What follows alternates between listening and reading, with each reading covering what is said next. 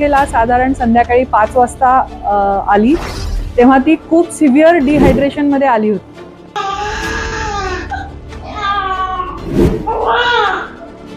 आणि तिला श्वास घ्यायला पण त्रास होत होता, कारण तिला आता जो सध्याचा साथ चालू आहे ब्रॉन्कोनिमोनियाची तो आजार होता।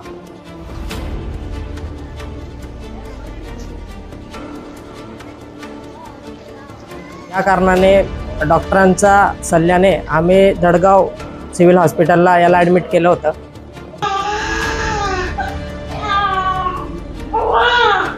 बाळाची नाजूक परिस्थिती पाहून बाळाची हालचाल होत नव्हती, परंतु डॉक्टरांनी त्याला टीच केल्यानंतर बाळाची थोडीशी हालचाल झाली। सोनाली सचिन पावरा ही 2 महिन्याची मुलगी धडगाव तालुक्यातील तेलखेडी गावातली मुलगी आहे।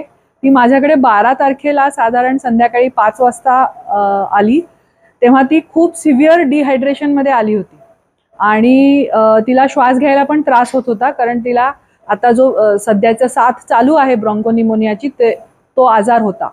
मग त्यासाठी आम्ही इकडे ट्रीटमेंट चालू केली। तिचं प्रॉब्लेम असा आहे की तिला आईला दूध कमी येत होतं, ते आई वडिलांना कळलं नाही की हे कमी येतंय। तिचं वजन पण कमी होतं वयानुसार, मग तिला त्याच्यामुळे किडनीवरती दाब येऊन किडनीचं काम कमी होऊन क्षाराचं प्रमाण वाढलं होतं, म्हणजे सोडियम आणि पोटॅशियम यांचं संतुलन बिघडलं होतं आणि त्यामुळे बाळ खूप सुस्त परिस्थितीत आमच्याकडे भरती व्हायला जेव्हा आलं तेव्हा खूप सुस्त होतं। आज बाळ 3 दिवस झालेत आमच्याकडे भरती आहे। त्याचं क्षाराचं प्रमाण बऱ्यापैकी आता संतुलित परिस्थितीत आहे।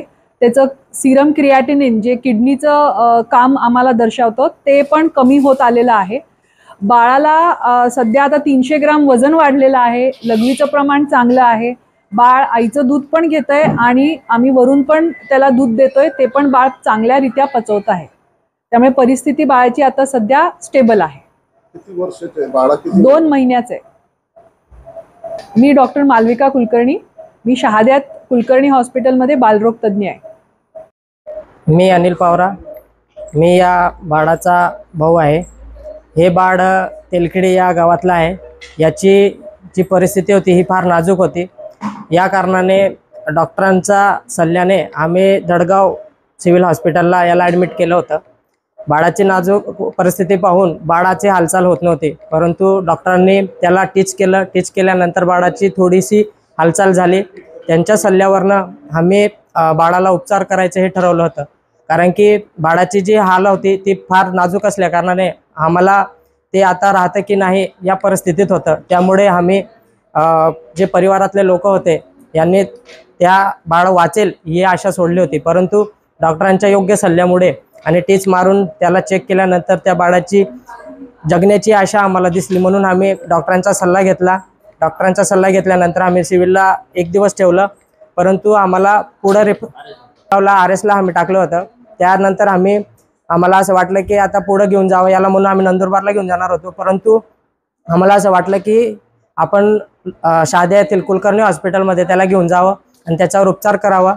त्या हिशोबाने आम्ही त्याला शहाद्याला या कुलकर्णी हॉस्पिटलला आणल्यानंतर मॅडमांनी त्याच्यावर उपचार सुरू केले। आता या बाळाला 12 तारखेला इथं आम्ही ॲडमिट केलं होतं, परंतु आता त्याची परिस्थिती चांगली आहे, आता ते स्टेबल आहे आणि डॉक्टरांच्या पुढील सल्ल्यानुसार आम्ही त्याच्यावर पुढचे उपचार घेणार आहोत। माझं नाव डॉक्टर गणेश तुकाराम तडवी, वैद्यकीय अधिकारी प्राथमिक आरोग्य केंद्र तेलखेडी येथे कार्यरत आहे। तर सदर बाळाचं काय झालं, ते बाळ माहेरी सूर्यपूर येथे गेलं होतं। वॉमिटिंग वगैरे झाले असेल, उलट्या झाल्या असल्यामुळे ते बाळ खूप डिहायड्रेशनमध्ये गेलं असेल। मग त्याच्यानंतर बाळाला जास्त रडल्यामुळे किंवा याच्यामुळे श्वास धरले होते बाळाने आणि डोळे फिरवून दिले होते असं नातेवाईकांचं म्हणणं होतं।